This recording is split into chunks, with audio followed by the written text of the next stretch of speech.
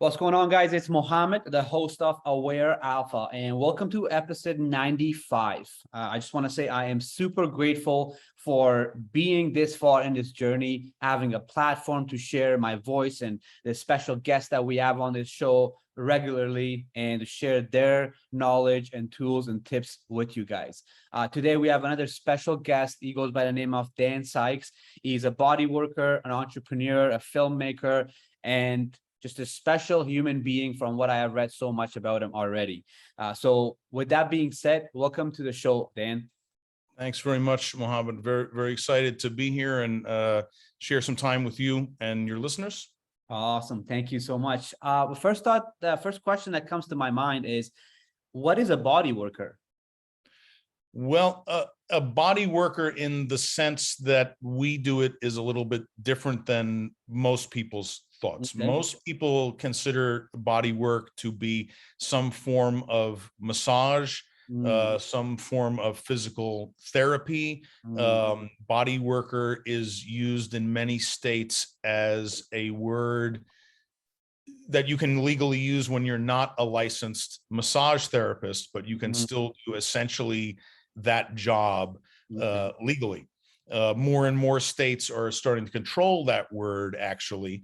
In the sense we mean it, I'm really a somatic educator, which is a little bit different. And we do a type of body work that was developed in the Russian military that has a specific purpose. It's really martial arts training. A somatic educator is someone that teaches students various exercises that improve the function of their nervous system. And we do that through movement-based exercises and modalities, and we also do it through touch-based modalities. So when we talk about Russian stick body work, which is what I do, and we do sort of a modernized version of that.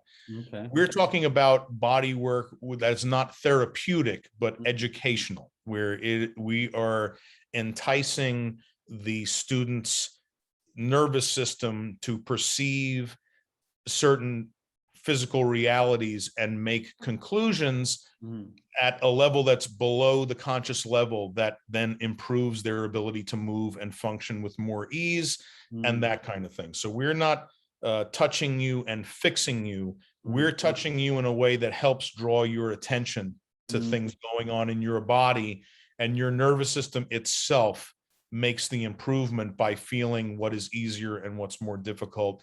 And that is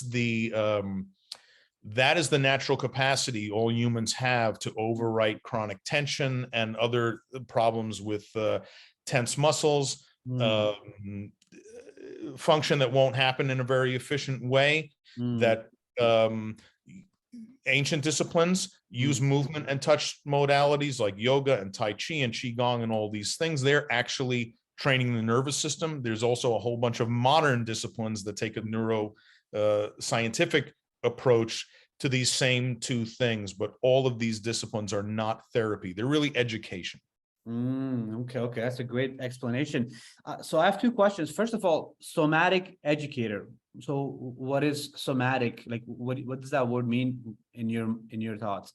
Yeah, somatic has been used by a few disciplines. It comes from, I think it's Latin, but it could be Greek, but it's one of the ancient Romance languages. Soma means of the body, and somatic means the experience you have of your body. And it really translates to working with the nervous system, because the nervous system is the mechanism by which we intake all sensation and we command all movement. So it's, arguably whether there's a soul and a spirit or whatever, but it is the operating system by which we experience all of life. So this is why so many of the ancient disciplines are known by their practitioners as a kind of one-stop shop for wellness, because it's teaching you about breathing, which helps the nervous system function, and it's teaching you about all this awareness. Awareness means your nervous system is able to process more and more reality right now. There's less thoughts and chatter in your mind, and more of feeling and absorbing, and on an unconscious level making decisions based on an intake of reality now and now and now and now. This is what you can approach this through movement. You can approach it through quieting the mind, and you can approach it through very, very quiet-minded movement, which is generally how most somatic disciplines work, is you reduce the amount of mental activity, you reduce the amount of physical work happening. They call this noise or chatter. You lessen this chatter, and the quieter your body is. Like if I were going to do something, I would lean back in my chair so my back's not engaged, my neck's not engaged.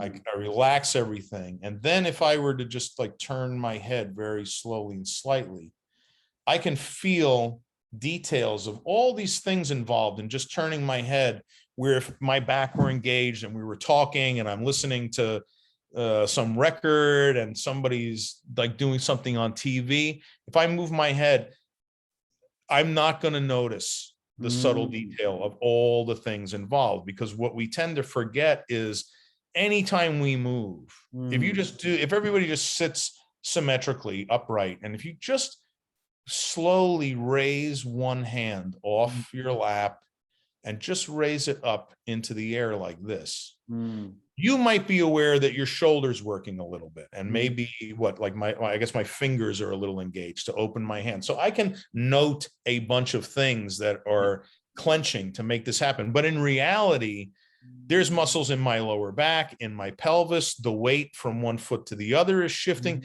There's thousands and thousands and thousands of commands happening just for me to raise my arm and still be in balance against gravity. Yeah.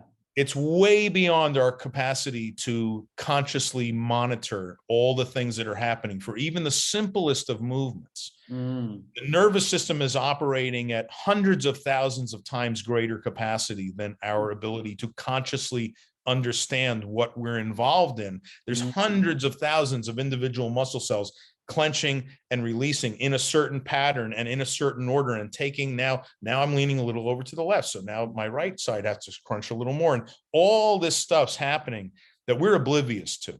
So you cannot improve movement consciously. The only way to improve your ability to move is by drawing your nervous system's attention to what they call comparative intake. It is comparing what is easier versus what is not so easy. And there's only a certain amount of slots of attention that your nervous system has. I might be saying it wrong. I believe it's 16, but I'm not a scientist. I'm a more practically oriented guy. But there's about 16 slots of things your nervous system can pay attention to the degree that it's willing to actually make a choice and say, oh, wow, that's easier. I'm going to do that from now on. You're taking in thousands of pieces of information, temperature and smell, and the little feelings on my hair as the air goes by, and all this stuff is happening. And, oh, there's a guy I met. Do I know him from somewhere? And didn't that guy lie to me 7 years ago? And like, there's all this stuff that we're processing. But there's only about 16 of those slots that we're processing to a degree that the nervous system's willing to say, oh, wow, I don't need my shoulder up like that anymore. I could just release that. I didn't even realize that I'm holding my shoulder up 3 inches higher than it needs to be. Boom. It feels that, but will it do something about it? That's the key. That's where yoga, Tai Chi, Feldenkrais method, Hana somatics, and ding, ding, ding, soft form martial arts. You have an inherent, your nervous system creates habits for us. We have habits of thought, because we can't keep learning every single thing over and over again. There's no way to survive. And with movement, it's the same thing. We develop habits. We must develop habits. Sometimes we develop habits because of trauma. If I get in a car accident, if I see my dog run over by a truck, I'm going to react by tensing up muscles. PTSD, they know that if your heart rate is still very, very elevated an hour after a traumatic event, your odds of developing post-traumatic stress disorder, I think it's like quadruple or even more. So if you don't recover, you habituate tension. Mm, There's a perfect, we won't do it here, but everybody should try this. mm, Try this little drill, get a timer out, mm. set it for 3 minutes. Okay. And once you set it, you squeeze your fist as hard as you can. And Mm, every 10 seconds, just say to yourself, no, no, no, harder, harder. And the mm, whole 3 minutes, say, no, no, even harder, even harder, even harder. And after 3 minutes, try to snap your fingers open. mm. There's no way you can do it. Huh. You have to like take them out slowly. If you were to do it for 10 minutes, you'd Yeah. have to pry your fingers open Oh, because wow. you're habituating that tension. And Mm, what happens is you wind up with an electrochemical loop. It's like leaving the light switch on, because clenching your muscles is an energy burning active command. There's an active electrical signal saying, tense that muscle cell, 120 something times a second. It's mm, telling you. And it can get stuck on. It's called sensory motor amnesia. The nervous system forgets that that muscle is firing. It forgets that it could just turn it off. mm, So part of what all somatic disciplines are doing is they're utilizing your other natural capacity. You have a natural capacity to create habit, mhm, which can become outdated, like muscles that won't let go. mm, You might be tensing up out of fear in a moment to help you survive. Something mm, traumatic happens and you're reacting so you can survive. But if you stay tense, like that fist drill, mm, you forget you can turn it off again, because it takes 3 times longer to relax generally than it takes to contract. And if mm, it gets interrupted, you won't relax unless you do something about it. But nature, fortunately, has provided us with what we now know is an inherent capacity to overwrite these patterns. mm, And no matter what discipline you use, the natural capacity to improve your nervous system is by doing 2 things at the same time. mm, Moving in extremely slow motion mm, for the purpose of feeling it physically. mm, Drawing your attention to the physical sensation of what am I moving? What are the interconnected parts that are part of it? And by mm, moving in very slow motion, it does 2 things. If I move in fast motion, I'll use the example I always use on podcasts because you can see me here. mm, If you raise your hand quickly, mhm, you will raise your hand by firing muscles in the same exact order you've been firing those muscles for 20 years. mm. And maybe when you raise your hand, this front part of your shoulder hurts a lot. Yeah. It's because this is clenching too much. You have a habit of clenching too much. But when you're just raising your hand, you're just kicking off that habit. That's it. You're just firing it. It's an automatic think, go ahead. And this huge complex assortment of hundreds of thousands of muscles are going to contract and let go in a certain order, just the way they always have. But if Mm, I raise my hand over, let's see, can I see my hand? I don't even know if we're on video on your podcast. If I raise my hand over a minute, mm, I can't use habit, and my brain is getting 60 times more information than mm. my nervous system than if I raise my hand in 1 second. Ah, It can start to analyze. It can feel, wow, when I raise my hand, actually, wow, my ribs are spreading too. It's mm, not just my shoulder. yeah. And I feel pull on my triceps. Oh boy, and my weight just shifted to the other hip. I can notice more of the total thing that's actually happening body wide through that simple movement. If I just raise my hand, I just think my arm moved. If I Yeah. raise it slowly, I realize, wow, my hips moved, my feet moved, my knee moved, my head moved, my neck moved. Like a little bit of most of my body is Mm, involved in this thing. yeah. Bringing awareness to that detail of reality is Mm, what's slowing down for the purpose of feeling it. That's the combination that has to be in there. You can do yoga all day long. If yeah. you're listening to Taylor Swift while you do yoga, Yeah. you're going to be in the same place you are a year from now as the Mm, day you started. But if you're yeah. quiet, you're doing yoga to feel it, to feel it, Mhm. to feel it, to feel it. A year from now, your wellness will be in a very great place compared to now, but only if you're doing the movement to feel it, To because feel it. feeling it, because that's, people do yoga so they're more relaxed. People do yoga and Tai Chi and the disciplines I do, which is Russian martial art called Sistema. I do Mm, Feldenkrais method. That's what I'm certified in. mm, whatever the flavor of somatic discipline you do, it doesn't really matter as long as it's something you enjoy doing and you're going to keep doing it. That's the key. But if you do it, you cannot do it to improve your movement or your function.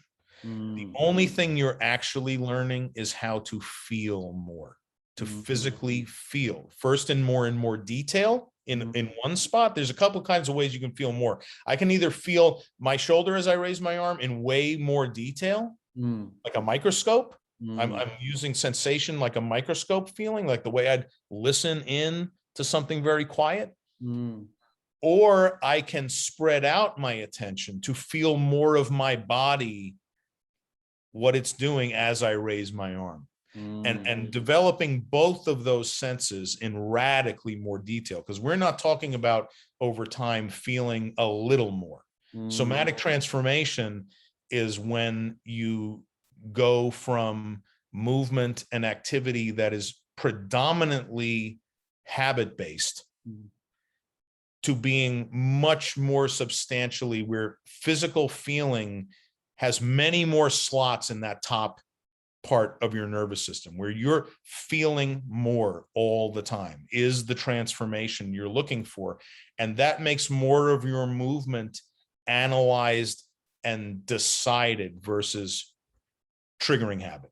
And that ultimately is what all these disciplines are trying to do, whether they say that out loud or not, whether some of the disciplines don't.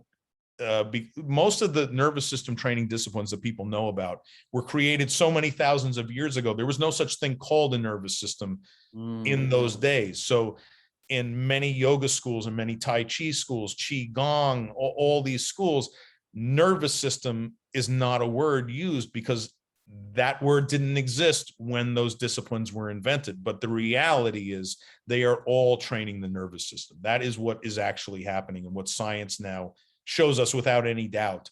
All of these disciplines are involved in. I love that. I love the way you explained that. Would you, the practical things that you were just sharing, like, if I'm raising my arm and I'm actually, focusing on feeling, would you say a practical exercise like that heals trauma? Or, Well, trauma is a tricky thing. There's a lot of roads into healing trauma. And you can heal trauma through just words. You can do talk therapy. You can go to, say, a psychotherapy type of discipline. And through talking these things through, you can block by block unblock someone till they're willing to, say, psychologically face the memories of trauma without fear, without wanting to shy away, and just look at them and absorb that pain again, and in some ways maybe relive that trauma. And that, in about 30% of cases, more or less, has excised that trauma from people. They call that exposure therapy traditionally for trauma recovery. Unfortunately, and this is what the VA uses as its go-to PTSD. This is changing rapidly. I don't know about in the VA, but this has been their traditional thing, is exposure therapy. And unfortunately, this therapy often requires you reliving these traumatic events many, many times in a row, many sessions in a row, 12, 16, 20 sessions in a row of reliving these horrible moments from your life. And unfortunately, the statistics show that about 30% of the people who do this grueling thing show very clear, dramatic improvement. About 30% show no improvement at all. And about 40% people, their symptoms worsen. That the memory re-traumatizes them. So there's various schools of this. Then you have the very, very gentle arts and their approach to various forms of movement and body work, which also can, over time, bring you to a point where you're willing to face these memories and go through a pretty intense, what we call a cathartic episode of releasing. Your body shakes, and there's crying or maybe hysterical laughter, or say some kind of uncontrolled emotional roller coaster as this memory is working its way out of your psyche, and the tension that's been associated with that is working its way out of the soft tissues in your body. Then there's another school of thought, and the kind of body work we do, which is, I'd say, more military from the martial world of things, which is that if we can touch your body in a way that doesn't re-traumatize you, but coaxes you up toward this idea you have in your mind of the most pain, most people consider it pain they can tolerate. Now, this is a specific kind of pain. It's not burning, it's not cracking your bone, it's pressure on a tight muscle. And everybody knows that if you have a tight muscle and somebody presses on it, it hurts. Yeah. Why is that? Part of it's because it's tight, and it can't make the shock go through it like water. Another part is that if you have tight muscles for a long time, you're building lactic acid in there, just like when you go to the gym, and over time it crystallizes, and you literally have crystals of lactic acid in these tight muscles. So when you press on them, they're grinding, the acid is becoming liquefied, and it hurts. This is a big part of why it hurts when you take an impact on a chronically tight muscle.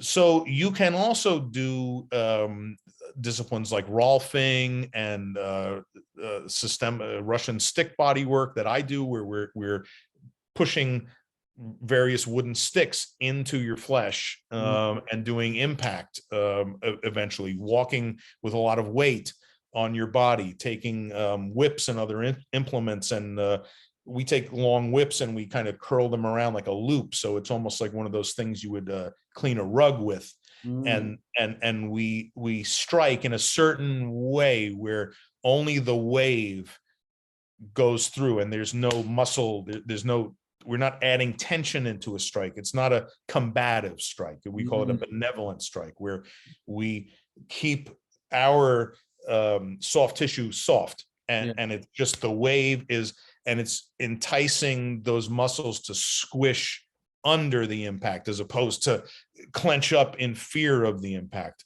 So as you do this, when you first start doing this, it hurts a lot.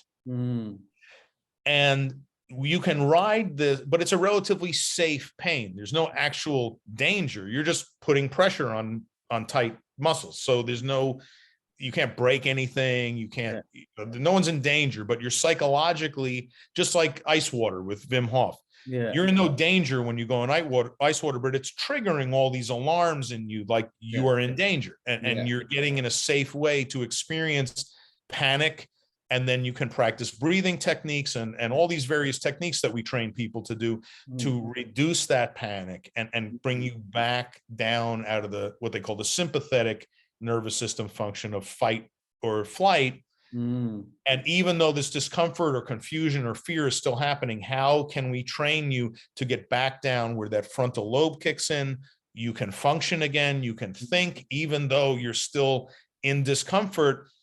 You're not in panic, you are functionable. And in the military disciplines, this is the main thing they're trying to teach you, is not to not panic, but how, when you realize you're panicking, how can you get that panic to go away as quickly as possible so you can get back to moving and have a chance to survive.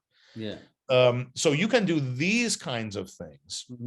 And in many cases, as you're bringing someone up, our job in that case, if we're bringing you up to the most pain you can tolerate, and you have an idea of what that is.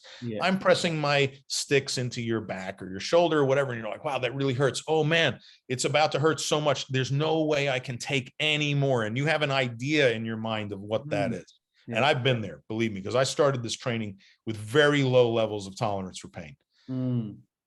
What we do is we look for all these clues in your body language and how your reaction of where you're at, how close to that maximum you are. And our job is to take you up to that maximum, be talking to you. So we're with you. And then we shepherd you past the most you can take for a breath or two, and then back to the most you can take. Mm. And we wait, and then we go past the most you can take, and then back. And you eventually come to realize that there's going to be some kind of rhythm to this, that and your nervous system starts realizing that, wow, even though I can't take this much pain, it is too much for me. You know, it's like for 3 seconds, and then it's coming back. And when you do this, I don't know the scientific explanation for it. I just know the clinical, reality I've seen hundreds and hundreds of times. Yeah. When you do this, when somebody has an idea of the most pain I can take is 100, and I bring you to 107 for 3 seconds, and now I bring you to 99, this magical thing happens where simultaneously you feel, or I bring you back to 100, say.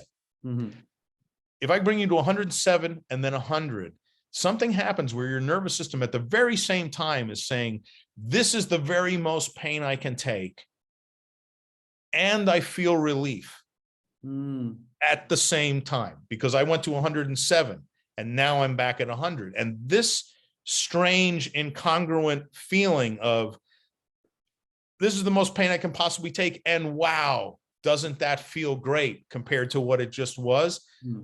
It changes something in the nervous system, and tension starts to come out of the soft tissue in a very fast way. And it reacquaints the nervous system. It redefines pain for the nervous system. To quote a guy that we all respect a lot, his name is Tom Myers. He has a system called Anatomy Trains, which is all about fascia, and really great anatomy scientist. He talks about pain being discomfort married with a psychological predisposition to run away from the pain. And when you get rid of that fear component, and you're willing to just accept that the uncomfortable sensation only as an uncomfortable sensation. What happened to me was the 5th time I ever got one of these. I'll tell you exactly what happened to me. I just knew it hurt, and I was so scared. That's all I knew. And the 5th session, I saw that fear and pain seem like one thing to me, just pain. That's all it was. And then in the 5th one, all of a sudden in my mind, I could feel it happen where it just became 2 separate things. And I realized, wow, the pain is one thing and my fear is the other. And they're both affecting each other, but they're actually 2 separate things happening at the same time that I thought was one thing. But my fear is actually a totally separate thing than this physical sensation that's generating the fear. And what I keep being afraid of is this unbelievable pain I'm convinced is about to happen. How much pain I'm actually experiencing, my body's reacting because I'm convinced that it's about to get a lot worse. We call that fear, as an acronym, future events appearing real. Yeah. And when I realized, wow, there's this microsecond thing going on where my brain's saying, damn, this is about to hurt so much more. And when that thought comes in, I tense up a little bit, and that makes the sticks hurt a tiny bit more in a microsecond. And then my brain's like, see, I told you it was going to hurt more. And this sort of keeps happening, and where you're getting almost like a hysterical reaction, where the panic is about not what's happening, but what you're almost positive is going to happen. Just one more second from now. And this, when you finally can perceive fear and sensation as 2 completely separate things, this is when my personal relaxing started speeding up radically, like really radically. And I had cathartic episodes. I had one about when I went through the ice at night on a snowmobile and should not be here. No question, a life-threatening circumstance. And when I had my cathartic episode about that, there was a period of some seconds, I don't know how many, 10, 30 seconds, where I had no idea I was in a room. I could smell everything from that night. It was dark. I was there. I was on that ice, 20 degrees below zero, 30 miles from the nearest town, soaking wet, screwed, like totally screwed. And then eventually I realized, wait a minute, whoa, no, I'm in my house. But my teeth were chattering from being cold for like a half an hour. Like literally, I couldn't talk. My teeth were chattering so much. I was sweating and I was freezing. And they threw 5, 6 blankets on me. And I was sweating profusely and shaking and teeth chattering. And then I was never scared of cold water again. And before that, for about 10 years after that incident happened, I would even drive by in the wintertime and see icy water. And I would just feel cold inside and be like, oh my God, that is so cold. Oh, and I had not realized till it was gone that I had this trauma locked inside of me, understandably, from this incident that had happened.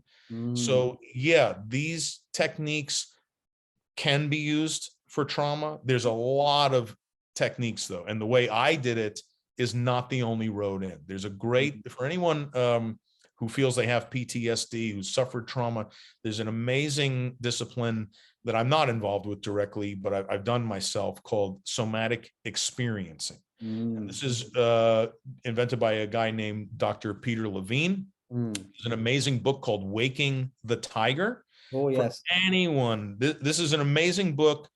And this is all based on what Peter's done is sort of combined certain aspects of some kinds of talk therapy, psychological therapy, mixed with a somatic educator's role of when an emotional reaction occurs based on talking about things that have happened in your past trauma, especially, that they draw your attention to what's physically happening in your body.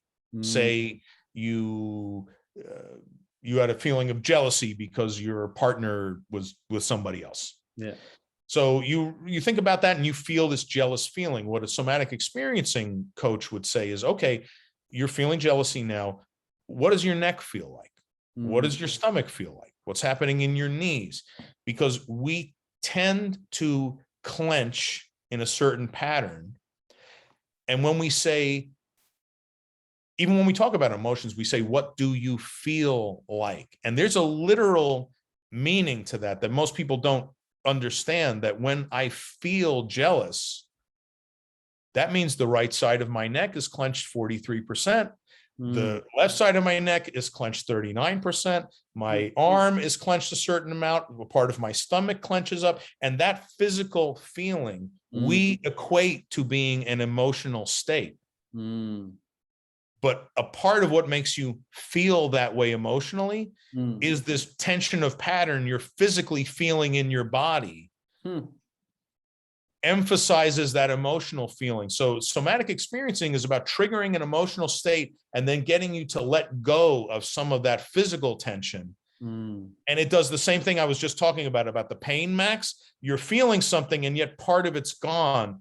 And that starts making the nervous system say, hey, wait a minute, maybe I gotta analyze this again, because I feel this jealousy, but my neck's not clenched. So what's happening? And that brings it up that hierarchy of attention and starts having it be in the slots that are actionable. It's not just sensation coming in and, oh, great, that taxi's yellow, that apple's red, whatever, man. That's mostly what your nervous system is not making decisions. We take in so much. Remember that movie Man of Steel about Superman when he's a kid and he's overwhelmed by how much he's feeling? Yeah. We're all that. And a big part of why there's only 16 slots in our nervous system is to keep most of that at a reduced, place in our perception. So we do know what's important to pay attention to as compared to what doesn't matter. But sometimes we have to give the nervous system a little help of what it should pay attention to.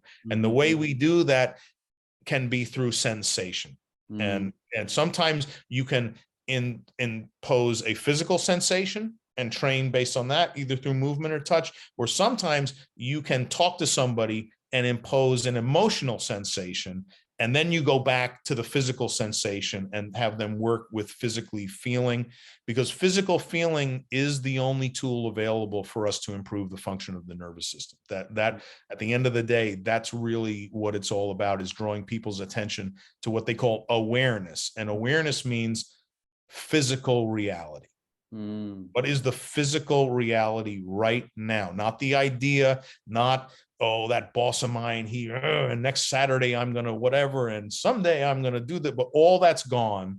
And you're in the moment, as we all hear about this phrase, in the moment. And that means the bulk of my attention is aimed at the physical reality in as much detail as I can possibly muster right this moment. That's what the training is all about, no matter what flavor, no matter what discipline, whether it's a discipline from China, Brazil, Chicago, whether it was invented 3 days ago in a garage or 5,000 years ago at an ashram somewhere. Slow motion movement for the purpose of feeling is what every one of these things is doing. And finding one that feels good to you and a community of people that you want to do this on a regular basis, because this is not push a button and it's done. If you create a practice, an ongoing practice of moving in slow motion for the purpose of feeling on a regular basis, the cumulative benefits are amazing. We've all met 40-year yogis who've been, doing this all day, every day, and they have this way about them where you're just like, wow, this is amazing. Most of us are doing it an hour here and an hour there, and we have mortgages to pay, and we're not a yogi on an ashram who is like giving up our worldly possessions and coming to total peace. We have to go for something in the middle. But it's all available for us to find it. And you're surrounded by, I would just emphasize to all your listeners, you are surrounded by disciplines right this minute that can get you through this door of somatic education. And what I try to preach to people is that wellness should commonly be understood to be made of three things: nutrition, strength training, and say emotional development, and then nervous system training on a regular basis. The three physical things would definitely be nutrition, building strength, and then letting go of tension in your musculature, learning how to clench muscles, and then learning how to unclench muscles on purpose.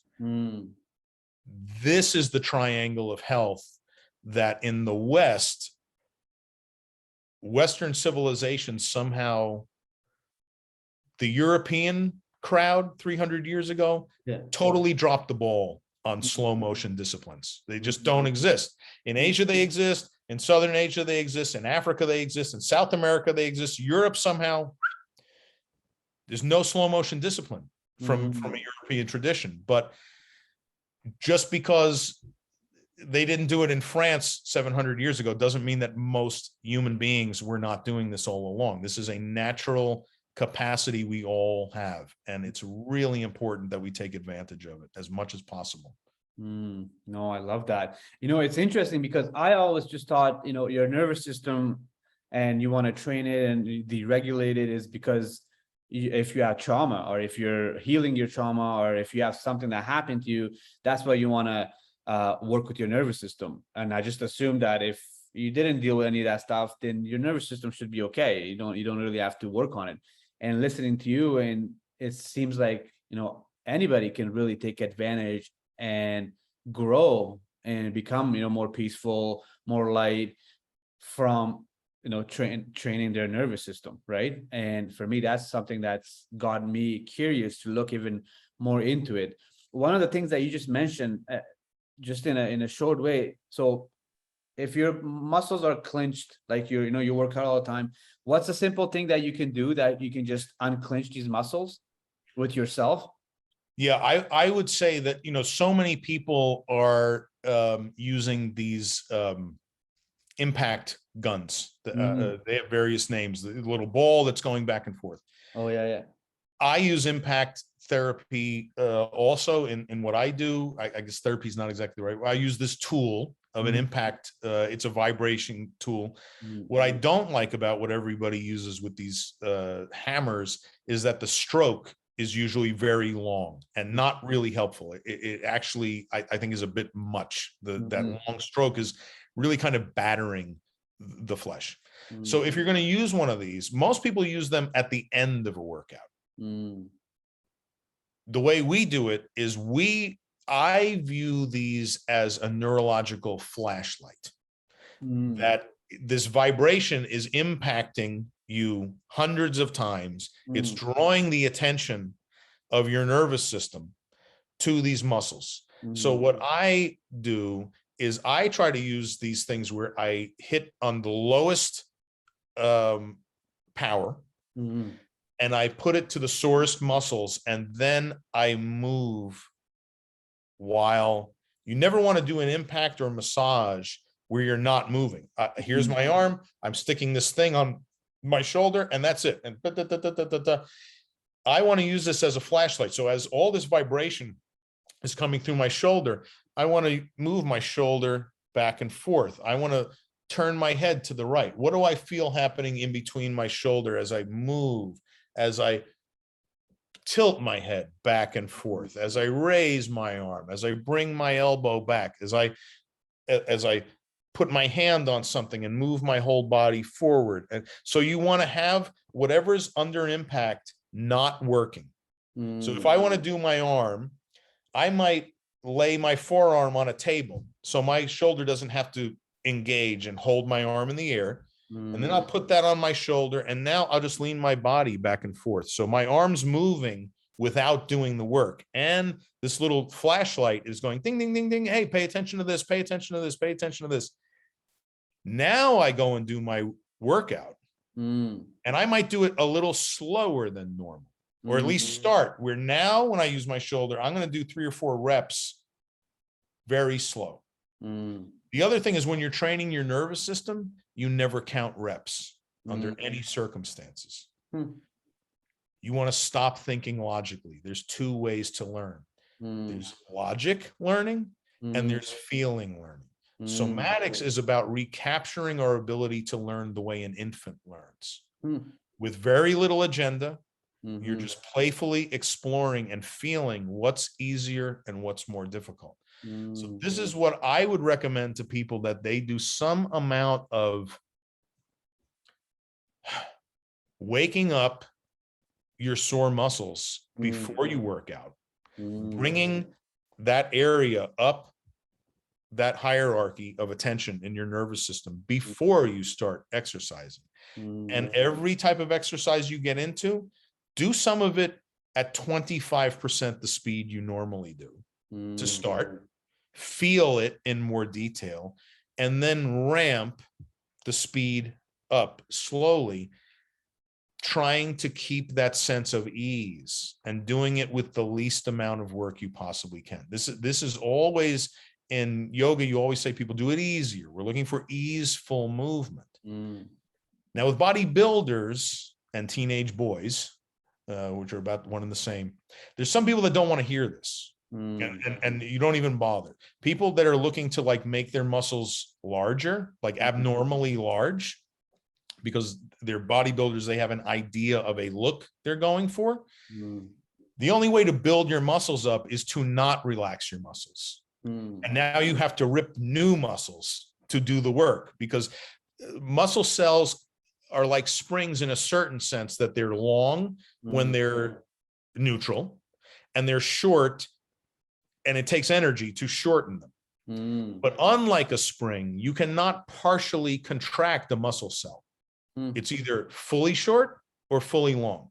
So if I want to pick up a piece of paper or a bowling ball, the question is not how much I clench each muscle cell, it's how many muscle cells are being commanded to clench. So if you want to build bulk, if 40% of the muscles in my arm are tight, they are not available to do the work. There's a great story I had when I started training. The very first Systema class I ever took illustrated this to me on day 1. I was very overweight my whole life, way more than I am now, radically more. And I always perceived myself as very susceptible to pain and very weak. So when I took my first Systema class, I said to the instructor, we're probably gonna have to focus on my stomach because I'm so weak in my stomach. I literally cannot even do a single sit-up. And he was like, what are you talking about? This is not possible. You can definitely do a sit-up. He said, show me. So I'm struggling and I'm sweating and grunting, and I can't do a single sit-up. So he has me stand up and he says, can I touch you? And he touches my stomach and says, can we try something? I said, sure. He said, now we're going to warm you up, but eventually what we're going to go to it, I'm going to hit you in the stomach in this certain kind of way that will invite your stomach to relax. And he like scared me a bunch of times and like waited till I wasn't going to tense up and just nailed me in this way that made my stomach feel like it dumped out and really like fell down my pants kind of feeling. And he said, try it again. And I got down on the floor and whipped out 15 sit-ups with no effort. And I just was like, what, how is this possible? And he said, well, a lot of overweight people spend their entire life sucking their stomach in. Said, you can't see it because you're overweight, but you've got a rocking six-pack in there, but it's all clenched. You have no muscle left to do any sit-ups because you're sucking your stomach in 24 hours a day. Your stomach is already short. Your hips are out of whack. You're leaning over because your stomach's already short. You have nothing left to do this work. And I hit your stomach. I made it relax. And you'll see it doesn't really take that much effort to do a sit-up. You just had no muscle cells left to do it. And this was the mind blower for me. He said, we're going to make you strong by making you relax. He said, you're way stronger than you think you are. You're walking around like one piece of wood. And as soon as we get those muscles to release, and it was true, I was like, wow, I can lift so much more weight than I thought I could, because I was walking around with like 70% of my muscles permanently contracted. And that makes my joints inflamed, and it's putting pressure on every single joint. It's making me stiff. And all of us, what I learned is that everything comes to feel quote unquote normal. You can ask an old person, how are you feeling? And they're like, I feel fine. I feel normal. Yet their head is 6 inches in front of their shoulders, and they're crouched over, and they're leaning to one side, and they're shuffling down the sidewalk, and I feel great. Everything's normal, because everything comes to feel normal. What I came to realize is that all of us, by middle age, certainly by 30 years old, we are all walking around with an invisible cage of tension around our, what they call proximal muscles, the muscles in by the bones. Most of us, our bones are surrounded by nearly rock hard muscles that are just spoken for. When you have to go to this chiropractor all the time, you don't just have a supplemented disc, unless you were in an accident. Your disc is supplemented because your back muscles are completely engaged in the front of your spine and the back of your spine. And you can get them clicked and that supplementation out all you want. But if you don't take action to relax those muscles, then you're back at the chiropractor the next week and the week after that and the week, because it doesn't just happen to be happening that you have a supplementation. That pressure of all those muscles contracting is putting the pressure on your spine, causing the supplementation. And not every chiropractor will tell you that's why you're here. You know, I can crack your back, but if you don't relax that back, you'll never stop coming. This is the issue, is that even when we feel that we are relaxed, there's so many yoga people I work on that they move and they seem like they're really relaxed. And you say, let me stick this stick in your back. How relaxed are you? Wow, you're not relaxed at all. In by the bones, you're not relaxed. You've got this absolutely fierce tension 24 hours a day. When you eat, when you sleep, it's there and it's not going anywhere. It raises your blood pressure. It promotes inflammation. It promotes arthritis. It certainly promotes stiffness. Stiffness means muscles on the front of your body are clenched and muscles on the opposite side of that same bone are simultaneously clenched. That's why it's hard to move. If the soft tissue was not clenched, we literally are like octopus with bones. So we don't have to clench. If an octopus were to stand up in the air, they'd have to be clenching all their legs 24/7. We have bones so we can aim ourselves against gravity and relax. But bones are just there to transmit force. But the force is always generated from the soft tissues. And bones afford us the ability to relax the soft tissues. So you really should be almost very watery until you want to do work. And then, but work, which people in CrossFit and many disciplines in the West, they don't emphasize relaxing at all. The whole mentality is about clench, clench, clench, clench, clench. Why does my back hurt? Why does my knee hurt? Because work should be going from a fairly relaxed state of what we call tonus, a fairly soft, jello-like state of soft tissue, to then clenching the proper amount of muscle cells needed to perform a piece of work, and then back to a relaxed state again, like a dancer, like an acrobat.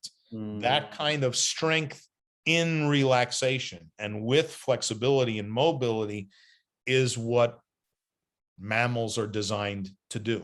In the West, once we started doing barbells and like looking in the mirror and wanting this image to be created, that's not about function. Like, I'm horrible at pull-ups. And I used to think that this was really a sign of what a loser I am and how like ridiculous I am and blah, blah, blah, blah, blah. And then 3 years ago, I was watching some interview with Arnold Schwarzenegger, and he was like, I've never been able to do a single pull-up. And I was just like, what? Arnold Schwarzenegger can't do one pull-up? Like, oh, wow. Okay. So, I mean, I still want to be able to do pull-ups at some point, but I guess it's not just me. There's a thing. And then once I started hanging around with the Russians, they're so practical. Their whole issue is, Dan, why would you train so that you can train more? You should train to do something in this world. I was telling them I want to do pull-ups, and they were like, Dan, why would you want to do all that work just to peek over a fence? Like, why do you need to look over a fence? It's like, we'll teach you to do it so you can climb over a fence. We're going to teach you to get up and over. That's worth doing all this work. Like, looking over a wall, who cares? If you can do that 30 times, what is that going to do for you in the world? And we don't believe in doing lots of work so that you can do, we don't believe in training so you can train better. We believe in training so you can do something in life better. So we're working on trying to get me up and over the wall, not to do a chin up. They're like, forget the chin ups. This peeking over is not what we're training you for. We're training you to climb over. Then it's worth doing it. Yeah, exactly. You know. No, I love that. I'm curious, like, what got you into this work? Midlife crisis. No question. If you read my book, Somatic Fanatic, available on Amazon, this is the story of me selling my share in the company I designed, sold out to our partners, and pretty soon after that being headlong into a real midlife crisis. And something had to give, and I had met these Systema guys while I wrote, produced, and directed a feature film. After I sold my company, it did not get picked up. It didn't get distributed, and my marriage also fell apart in these same couple of years, and so everything had fallen out from under my feet. And I knew about these Russian people teaching Systema, but it seemed, well, it is so intense that I was just like, wow. Like, I was intrigued, but frightened of training with them. But then I found myself a few years later in so much emotional pain that I just felt like something has to give. I got to do something to get myself out of my comfort zone, because I'm realizing my comfort zone is miserable. I'm not comfortable. I'm in desperate emotional pain here. I didn't need money. I didn't need, I had no mortgage on my house. And there were certain things that were so comfortable. It was leaving me in a situation that I realized actually was not healthy or comfortable or heading in any direction that was uplifting or fulfilling or meaningful in any way. And so that's what got me in, was working with the Systema guys. But as miraculous as it was for me, it was so intense that I was wondering, when I felt reborn by it all, I was flying home from one particular 3-week session of just intense training. And I was flying home, so shot out of a cannon, and wow, I feel so great. And like, who in my world can I share this great thing with? And I immediately knew the answer was no one I know would, because I wouldn't even do it for 3 years. I wanted nothing to do with it. And so that got me kind of frustrated. And I said, wow, the benefit is so amazing, but yeah, like I wouldn't even, so is the pain necessary? And if the pain is necessary, what is it doing? And this started me down the road. And then I started looking for another discipline that had zero pain at all, and wondering what would that do, just to try to understand what is it that's going on here? What's happening here? And that's how I found Feldenkrais method, which is all very much about nervous system training. That's, they didn't use those 3 words. I'm the guy that came up with the phrase nervous system training, but they certainly know it's about the nervous system. And doing those very extreme opposites started giving me this insight that eventually made me realize, wow, the world is full of these disciplines, ancient and modern alike. And all of these disciplines, there's a sense that there's something connecting them all. But every one of these disciplines I meet, every one of them thinks that their founder discovered this. They're the first human to ever realize this great secret. And that their discipline is the best of them all. And their discipline cures every problem you could possibly imagine under the sun. And I simultaneously realized one day, wow, they all think this and they're all wrong. I know for a fact that every single one of them is wrong. And I came to realize that there are 3 amounts of sensation you can train the nervous system with. There's gentle, intermediate, and vigorous. And there's 3 general flavors of sensation you can direct your attention toward. Pleasurable, easeful, and discomfort, tension, pain, fear. That there's really 3 slots. You can feel what's easier to do, you can feel what's delicious to do, or you can feel what is unpleasant to do. And if you mix these 3 levels of intensity and 3 types of sensation, you're left with 9 variants. And then you can train on your own, or you can train with a partner and interact with another nervous system, which leaves 18 ways you can train your nervous system. And I realized there's not a single discipline in existence that presents all 18 formats. The only hope you would ever have at training all 18 of these slots is with a multi-discipline exploration. And that's what started me down the road to what became Somatic Training Network, to create a platform where all disciplines are offered their take at solving back pain, their take at better movement for kids. How would they do it? And where they're all in, where the public is invited in based on their interests, problems, and how to solve it. And all the instructors are invited in. How would you solve this? How would you solve that? So people can come in and say, wow, my knee hurts. Oh boy, there's a Tai Chi guy doing knee pain. There's a Systema guy doing knee pain there. And we help them find right training for them. And we say, we're encouraging those who only train in the gentle arts to try some martial arts to train your nervous system also. Because the gentle arts, if you only wallow in one world, the gentle arts, no doubt, can make your nervous system function at a much higher level. It can enlighten you, but it tends to enhance your self-perception as a spiritual being in the gentle arts.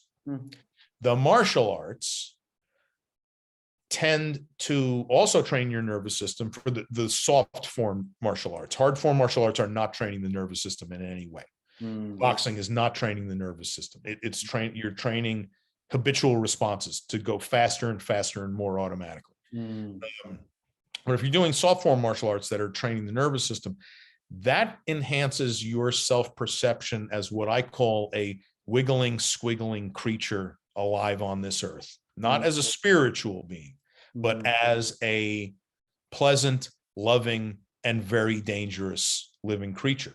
I point out to lots of people, the same creator, if you believe in whatever the story of creation you believe, whether it's evolution, this God, that God, or the other God, the same process or entity that created love and cuddly kittens and Saturday nights with hot cocoa with the kids is the same God that created fangs and teeth and venom and all these other things. Like, being dangerous is a part of being alive. Yeah.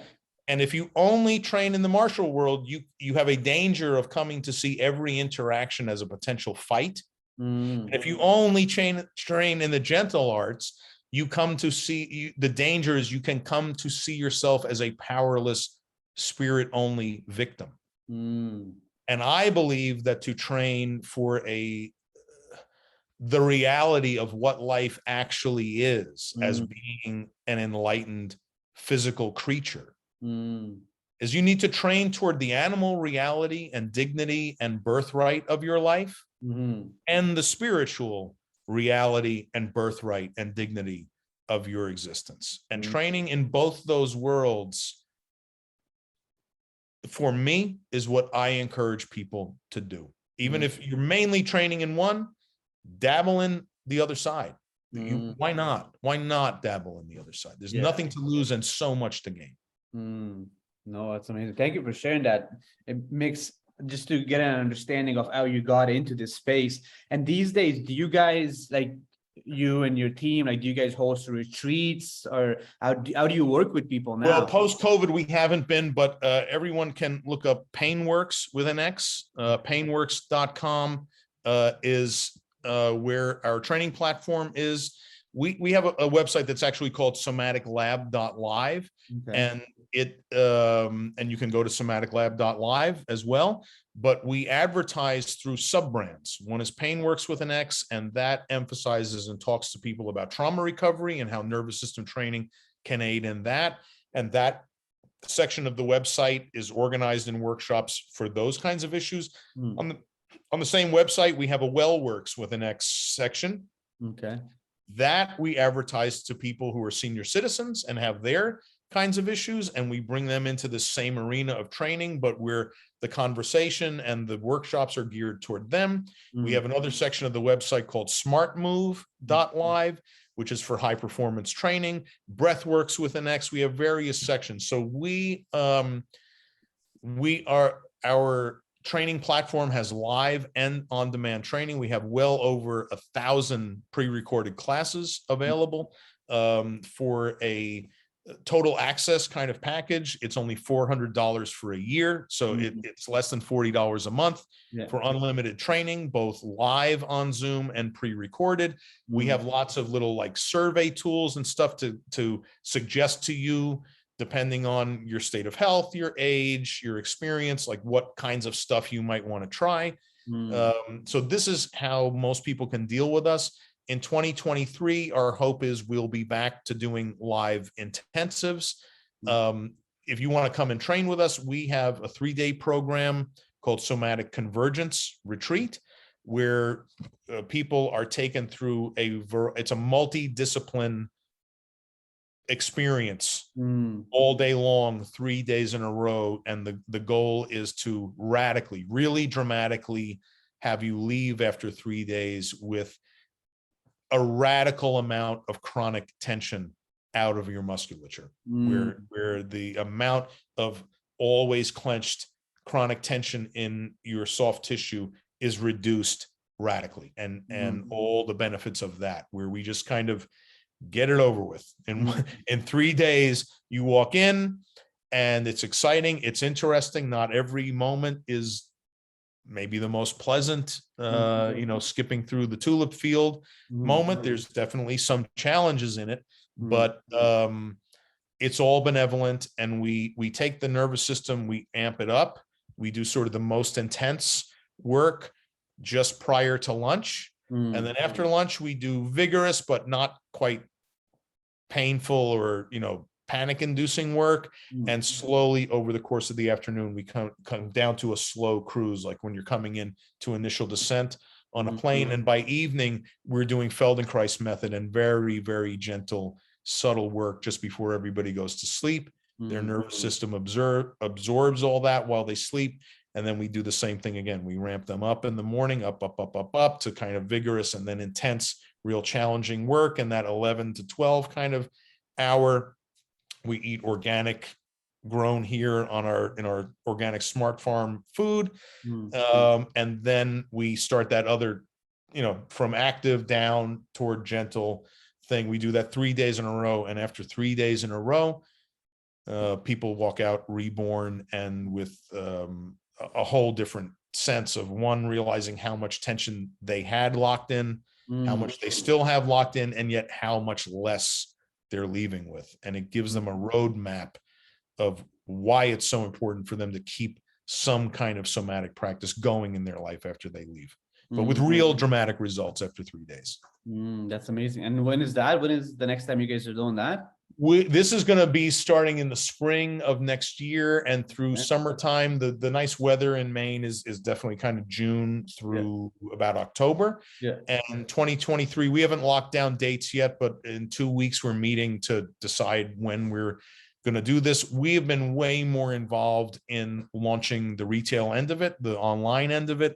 COVID kind of helped us refocus where our attention needs to be, but the live events will start kicking in probably at about a half schedule in 2023. And then we're hoping by 2024, barring any, new attempts to shut down the world economy again, we can go to like a full schedule of events for the year after next. So we're going to try to do about a 50% schedule for next year.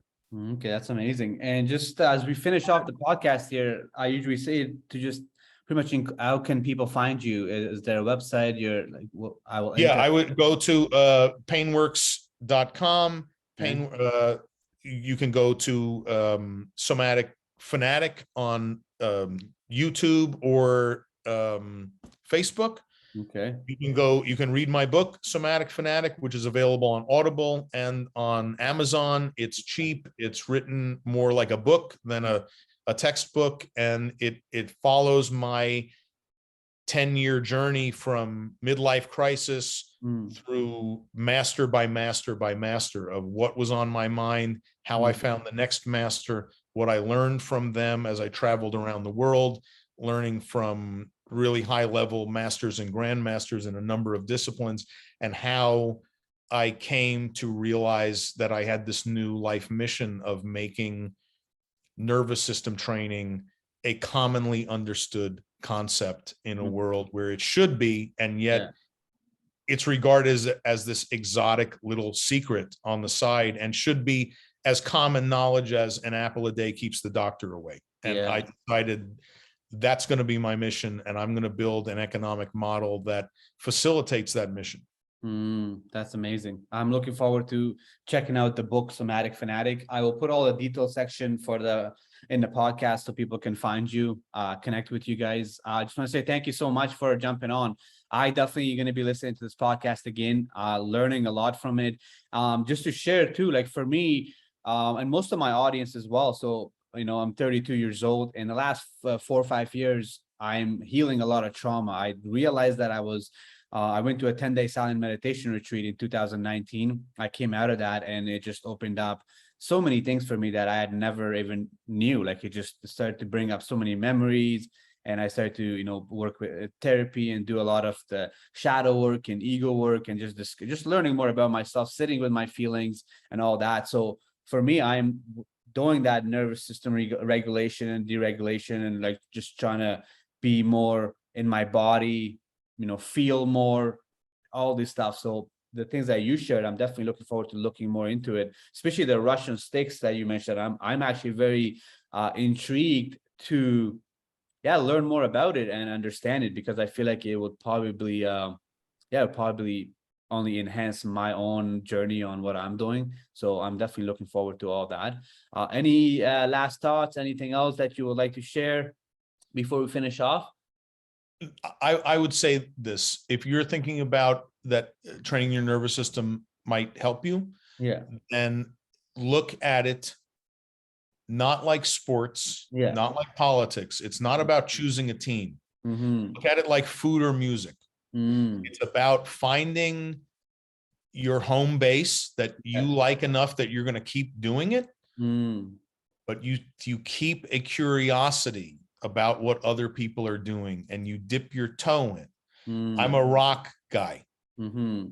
I go to the opera once a year, and if I'm with friends who want to go to the honky tonk and dance, Mm-hmm. of course I'll go. Why wouldn't I go? And I'll go and I'll get on the disco floor at a wedding too, Mm-hmm. because that's what makes life worth living. You Mm-hmm. know, the variety, your nervous system craves both Mm. surety Mm. and variety. It Mm. needs both. Mm. And having respectful curiosity about what your neighbors are up to Mm. not only helps your nervous system training, but in this modern world where there's so many super dangerous weapons, where we Mm. have the capacity to destroy each other, Yeah.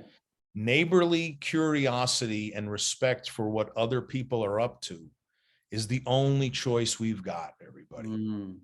It's the only choice we have. Mm-hmm. We cannot keep fighting. The tools are too dangerous. If we Mm. keep down that road, we're done.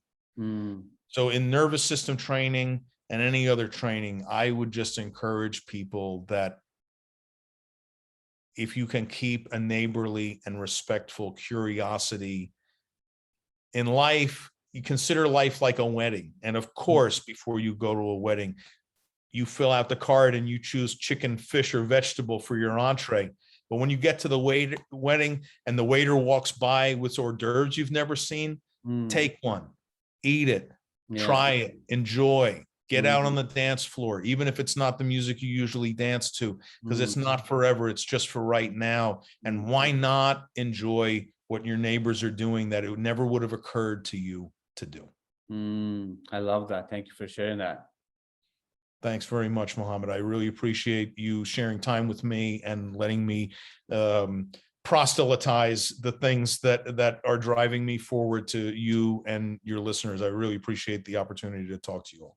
Yeah, no problem. Thank you again for for this happening. I'm super grateful for it. With that being said, then yeah, this will be released in the next 2 weeks. So with my audience, and of course, I will have all these detail section where people can find you, connect with you, and the website. I'm probably gonna read the book for sure, Somatic Fanatic.